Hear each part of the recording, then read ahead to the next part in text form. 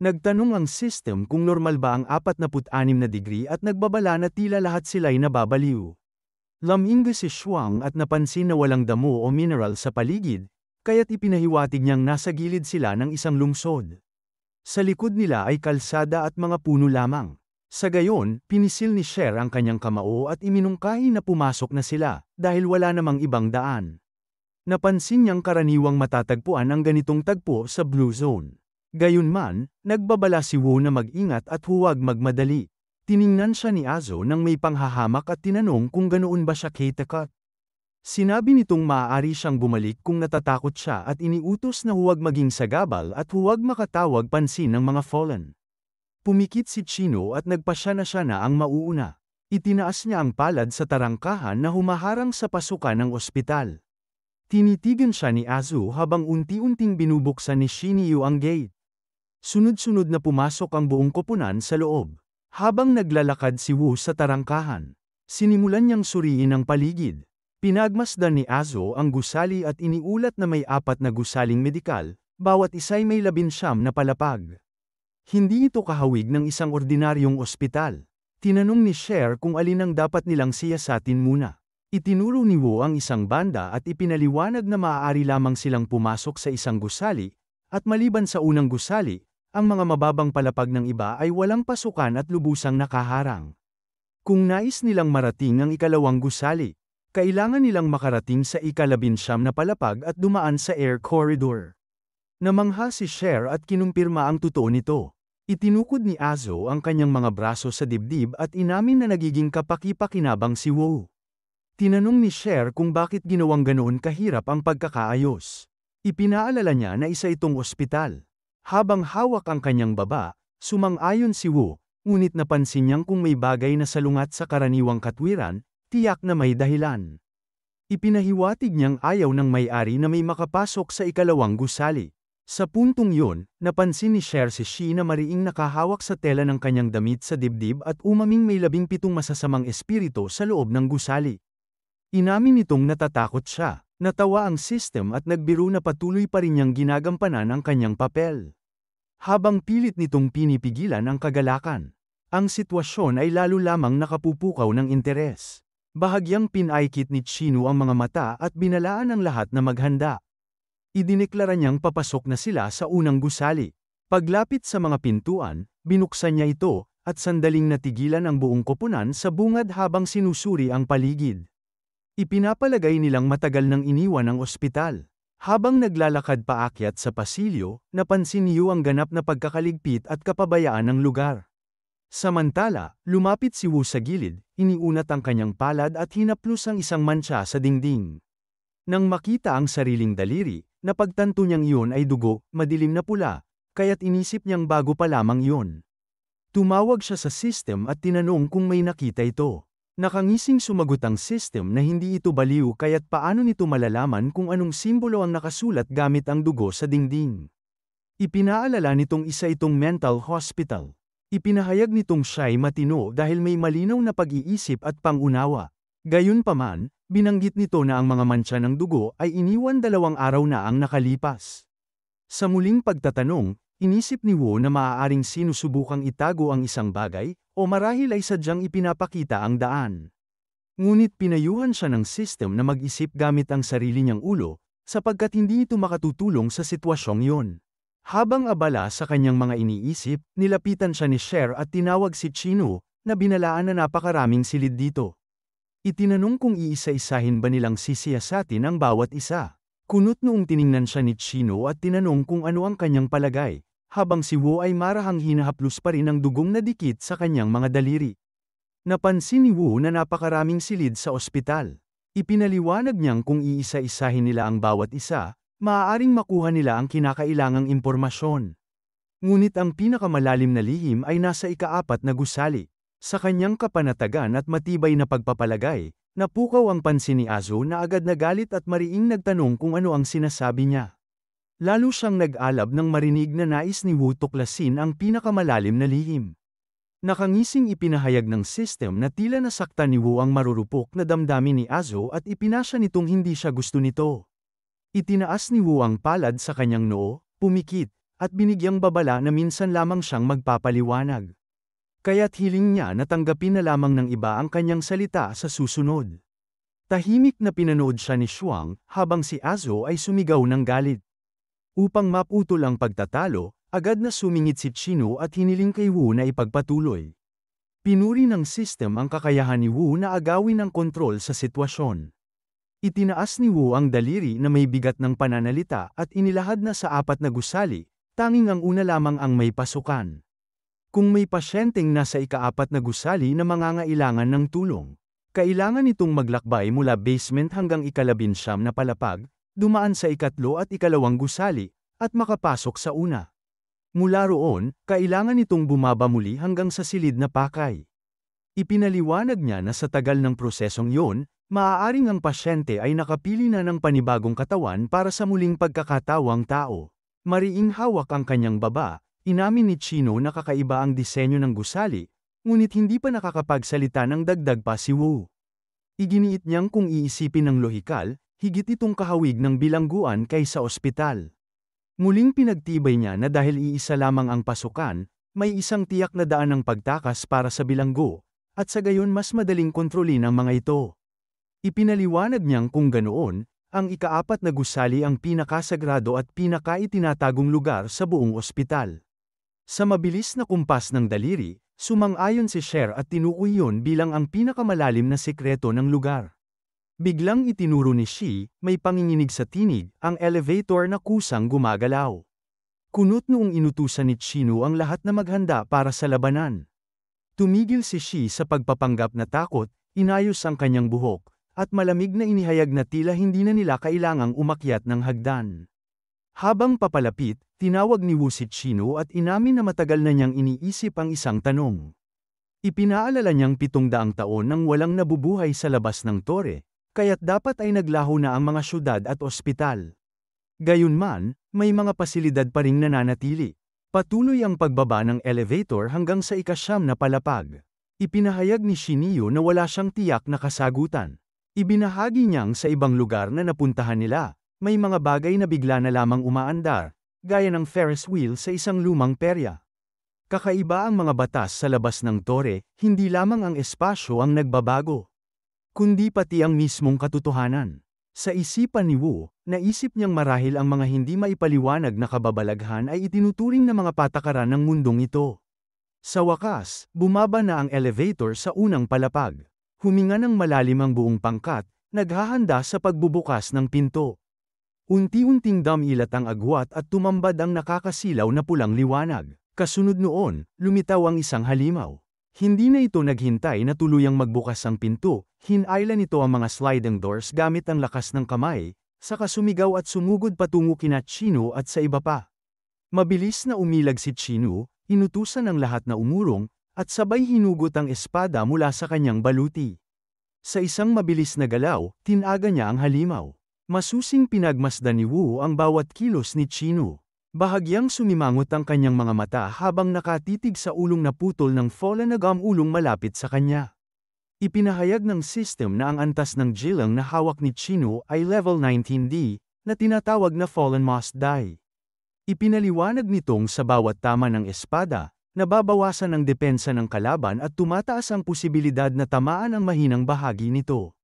Ngunit nakasalalay pa rin ang bisa nito sa kasanayan ng may-ari, lalo na sa pakikipaglaban sa mga fallen na nasa gitna ng antas ng mutasayon.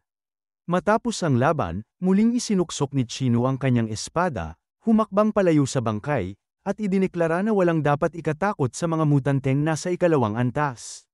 Bahagyang nilinggan niya ang mga kasama at inutusan na akyatin ang ika-19 na palapag. Tahimik na naalala ni Wu na 19 na araw nang nasa labas ng tore ang sandata ni Chino. Alam din niyang ang pinakamahabang record nito ay 24 na araw, na nangangahulugang naging jilang iyon sa ika-5 araw.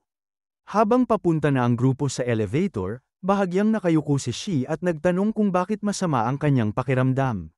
Nilapitan siya ni Cher, inilapat ang kamay sa kanyang balikat. At nakangiti, nakapikit pa, ay sinabing huwag mag-alala dahil kasama nila si Chino. Bahagyang nahuli si Wu sa kanyang mga kasamahan. Tumigil siya malapit sa ulo ng fallen at yumuko, marahang hinaplos ito ng kanyang mga palad. Napansin ng iba na naiwan siya at tinawag, pinapayuhan na magmadali. Ngunit nanatili siyang nakatitig, sinusuri ang ulo ng nilalang. Napansin niyang tuyo at basag ang balat nito, at ang bibig ay nagbago na, kahawig ng pangsipsip ng lamok. Tiningnan niya ang ibang bahagi ng katawan at nakitang buo pa ang mga braso at binti, ngunit nag-iba ang hugis at naging katulad ng matutulis na kuko. Sumang-ayon ng system sa pagsusuri ni Wu at ipinaliwanag na ang konsepto ng ikalawang level ng Fallen Mutation ay, kung tutuusin, ang mga halimaw na ito ay may bahid ng pagiging kahawig ng tao. Ngunit biglang natigil ito at sumigaw nang mapansin na sinisimulan ng habari ni Wu ang kasuutan ng bangkay. Ipinahayag nitong hindi alintana kung wala mang karapatan bilang tao ang isang fallen, ngunit tinanong kung hindi ba ito masyadong malupit. Gayunpaman, naputol ang pagtutol nito nang mapagtanto nitong may ilang walang silbing bagay na tila bumalik din sa dati. Tahimik si Wu at nagpatuloy sa pagsusuri. Hindi nagtagal, nagtawanan ang system at inihayag na nakatagpo siya ng isang mahalagang bagay. Mula sa bulsa ng halimaw, inilabas ni Wu ang isang dagwang pahina ng papel. Pagbukas niya rito, nabasa niyang tila isang pahina mula sa isang diary. Nakasulat doon na ang may akda ay hindi naman depresibo, bagkus ay lubog lamang sa pagkakautang. Binanggit ng kasulatan na pananggakuan siyang walang makakakita sa kanya kung pupunta siya sa lugar na iyon, subalit siya ay niloko. Araw-araw, pinipilit niyang humanap ng paraan upang makababa. Sa gitna ng paghihirap, nabanggit niya si Hyun sa ika-11 palapag na lubos na kawawa. At nagtanong kung magiging katulad din ba siya. Naisip din nito kung maililipat siya sa ikalawang gusali. Gayunpaman, biglang binago ang paksa at inamin na ang tanging hangad niya ay makaalis. Habang binabasa ang mga salita, inanalisa ni Wu ang mismong pahina. Napansin niyang may mga luha at lukot sa gilid, worry mula sa isang may sakit na nagmamadaling itago ang pahina bago kinuha ang diary. Nakita rin niya ang petsa, at nang mabasa ang taong 20,126, napagtanto niyang kasalukuyan ng taon 704 sa panahon ng Tore. Naisip niya kung gaano karaming panahon ang lumipas. Ayon sa system, walang nakakaalam. Naisip ni Wu kung may kinalaman ito sa kapangyarihan ng Tore o sa isang uri ng proteksyon, sapagkat marami pang bagay na hindi naglalaho kahit matapos ang 700 taon. Tinawag siya ni Azu, nagsabing siya na lamang ang hinihintay. Kunot noo, tumindig si Wu, pumasok sa elevator. At ipinahayag na naroon na siya. Nagbabala siyang pupunta sila sa ika-11 palapag. Saglit na naguluhan si Chino at nagtanong kung ano ang kanyang natagpuan. Ipinakita ni Wu ang pahina ng diary at ipinaliwanag na isang maliit na piraso ng papel yun. Binalaan niyang posibleng mas mataas ang antas ng panganib sa susunod na gawain kaysa kanilang inaasahan.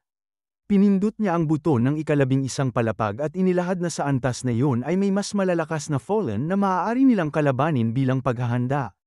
Habang sabay naghahanap ng kapaki-pakinabang na impormasyon, galit na sumingit ang isa, nagtatanong kung bakit siya lamang ang nagdedesisyon. Iginiit nitong nasa white zone lamang sila, at paano nga balilito ang mga malalakas na fallen dito. Ngunit may ngiting banayad, ibinaling ni Wu ang kanyang ulo kay Azo at nagbabala na kung hindi sila papasok sa ospital, walang panganib. Gayunpaman, pinaalalahanan niyang mag-ingat sa loob, saka muli siyang kinutya at tinawag na babae. Lalong nag-apoy sa galit si Azu at muntik na siyang murahin.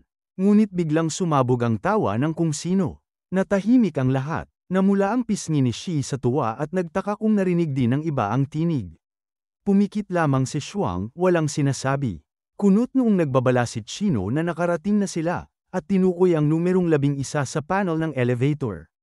Huminto ang sasakyan at lumabas silang lahat sa pasilyo, muling dinig ang pagtawa. Sa bakanteng pasilyo, isang tinig ang nagbitiw ng salitang matagal na nitong hinihintay ang kanilang pagdating, iniimbitahan silang hanapin siya.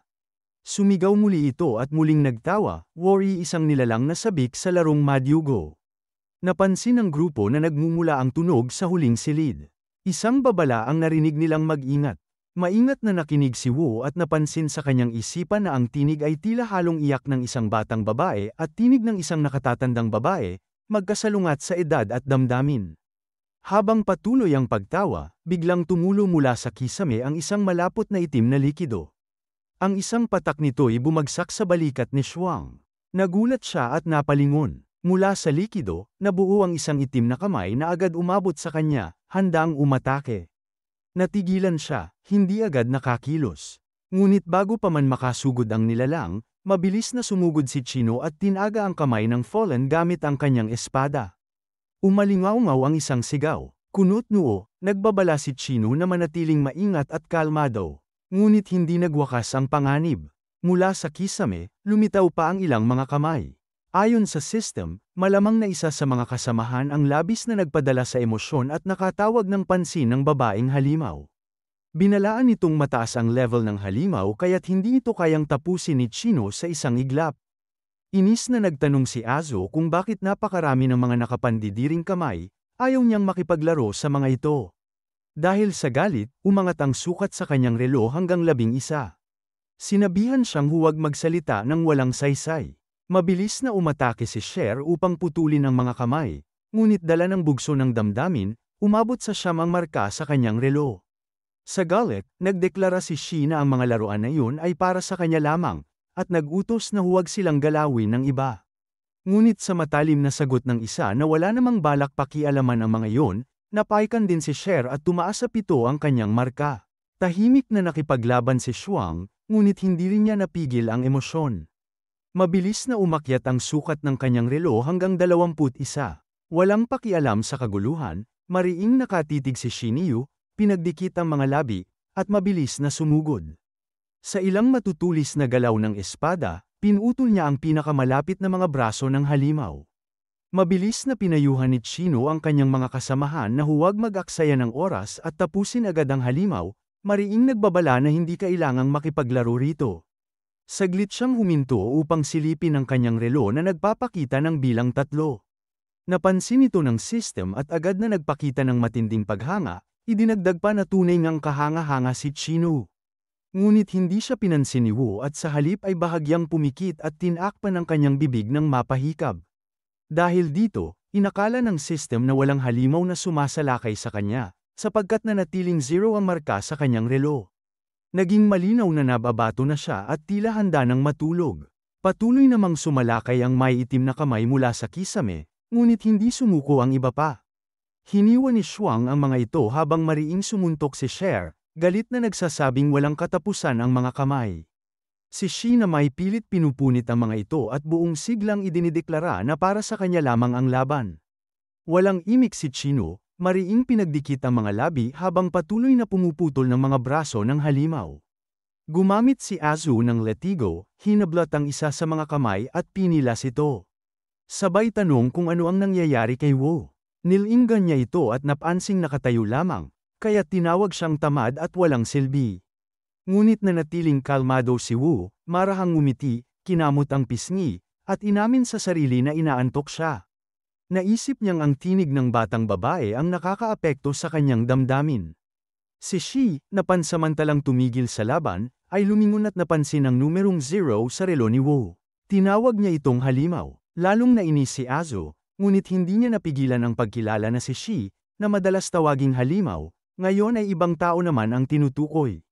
Itinaas ni Wu ang kamay, tila minamaliit ang sitwasyon, at naisip na habang abala ang lahat ay maaari niyang tuklasin ang paligid.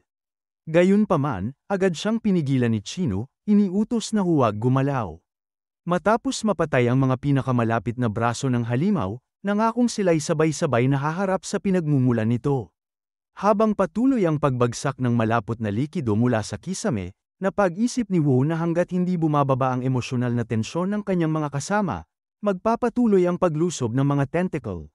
Malungkot niyang naisip na wala itong katapusan. Gayunpaman, siya'y tumalikod at nagpas siyang magtungo sa dulo ng pasilyo, nagbukas ng isang pinto at pumasok sa silid. Agad siyang tumigil upang pagmasdan ang paligid. Napansin ng system ang isang kulungan na gawa sa makakapal na bakal, at inihayag nitong iyon ay isang djinn. Sapat upang ibilanggo ang sinuman. Pinagmasdan ni Wu ang kulungan, at nang makita ang makapal na kedena sa tabi nito, lumuhad siya upang suriin iyon. Ipinaliwanag ng system na ang kulungang ito'y sadyang nilikha bilang isang dungeon, at sinabing isang malaking panghihinayang iyon. Inangat ni Wu ang bakal na posos na may bakas ng dugo at masusing pinag-aralan.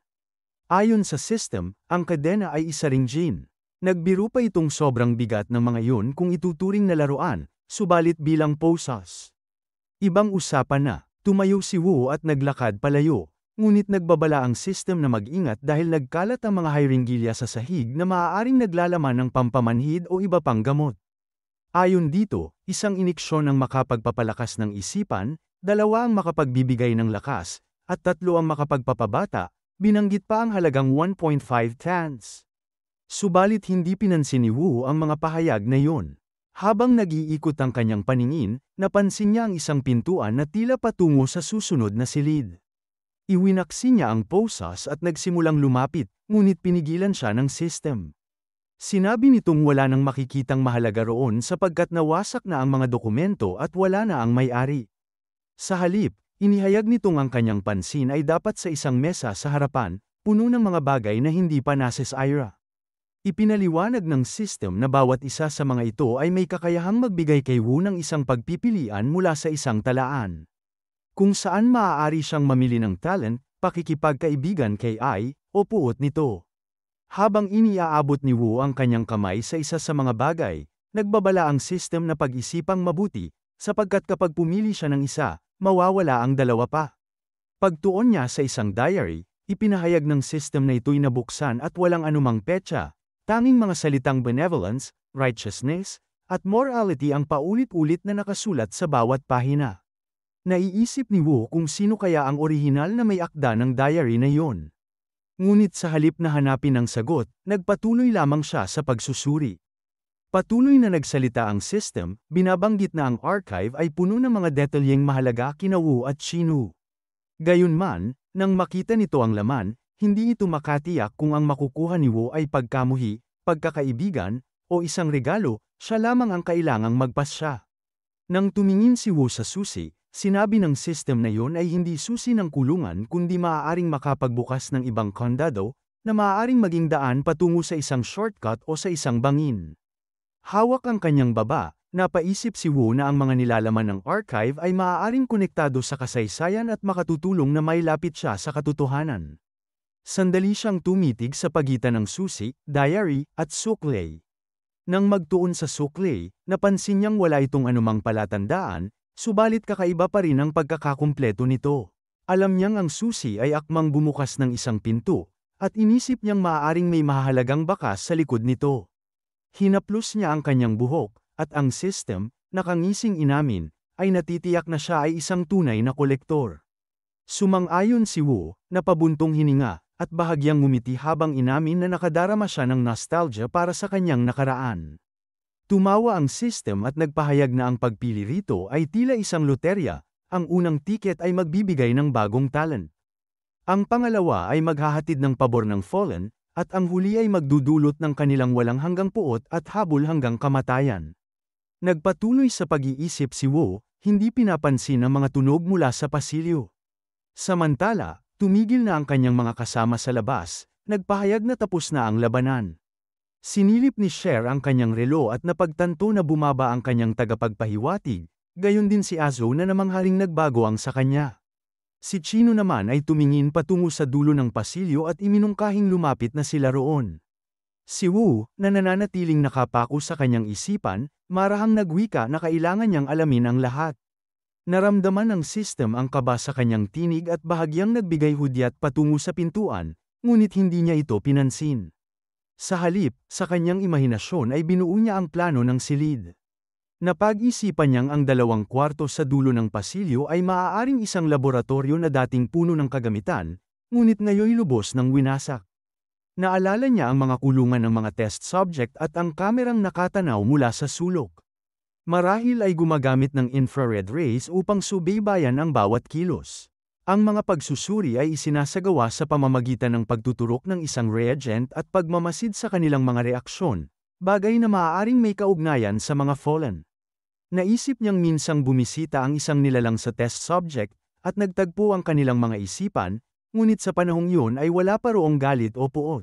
Habang iniisip ito, hawak ang kanyang baba, narinig niya ang pagkakatok ng kanyang mga kasama sa pinto. Si Wu ay padaskol na nagtanong kung kumusta ang pagsisiyasat, mariing nagmura at nagalit kung bakit nananatiling nakasara ang pinto. Paulit-ulit niyang tinawag ang pangalan ni Wu, samantalang si Shi ay nakasandal, nakataas ang mga kamay sa batok, at nagsabing nakababagot dahil hindi nagpapakita ng tunay na anyo ang halimaw. Natuwa ang system nang marinig ang obserbasyon ni Wu tungkol sa pagtagpo ng mga isipan at nagtanong kung paano niya ito naisip. Ipinakita ni Wu ang isang pahina mula sa diary, sinabing mula roon niya nakuha ang ideya. Pinaliwanag niyang marahil ang test subject ay hindi pa nakatagpo si Ai bago ito naging fallen, sapagkat ang ospital ay hindi magpapahintulot na magkita ang mga nilalang na iyon. Kinilala ng system ang katwiran ng kanyang paliwanag, idinagdag na kung sila ang nasa sitwasyon, hindi rin nila hahayaang makipag-ugnayan ang mga pasyente. Gayunpaman, malinaw na binanggit sa tala ang pakikipag-ugnayan ng test subject sa iba. Naisip ni Wu na marahil ay may lihim na ugnayan itong itinago. Nabanggit sa tala ng nilalang sa unang palapag na siya ay natatakot na mailipat sa ikalawang gusali, at napagtanto ni Wu na totoong ang nailipat siya roon. Natawa ang system, inihayag na marahil ay natuklasan ng mga tauhan ng ospital ang kanyang kakayahan at ipinagkanulo siya ng isang kasama na nakaabot sa kanyang isipan. Mula rito, hininuha ni Wu na mas malakas ang mga fallen sa ikalawang gusali kaysa sa una, at higit ang kanilang puot at hinanakit. Pinagpasyahan niyang lahat ng nagkakaroon ng kakaibang kapangyarihan ay inilipat sa ikalawang gusali. Habang abala siya sa loob, si Azu na may patuloy na sumusubok buksan ng pinto, nainis na tinawag siya, nagtatanong kung tapos na ba siya. Dahil hindi pa rin mabuksan, sumigaw si Azu, nagpupumilit na buksan ang hawakan ng pinto. Pagkaraan, nagngalit ang kanyang panga, nagpahayag na wala na siyang pakialam, at nagbabantang sisirain na ang pinto. Ngunit biglang sumigaw si Chino, nagbabala na bantayan ang kanyang mga paa. Nagulat si Azu at napalingon sa gilid, kung saan muling lumitaw ang halimaw, iniuunat ang may itim na tentacle patungo sa kanyang mga binti. Hanggang dito na lang muna mga bossing. Kung gusto mong subaybayan ang kwentong ito, mag-like, comment, at subscribe at i-hit mo na rin ang notification bell para ikaw ang unang makapanood pag may bago tayong upload. Kita-kits sa susunod mga boss.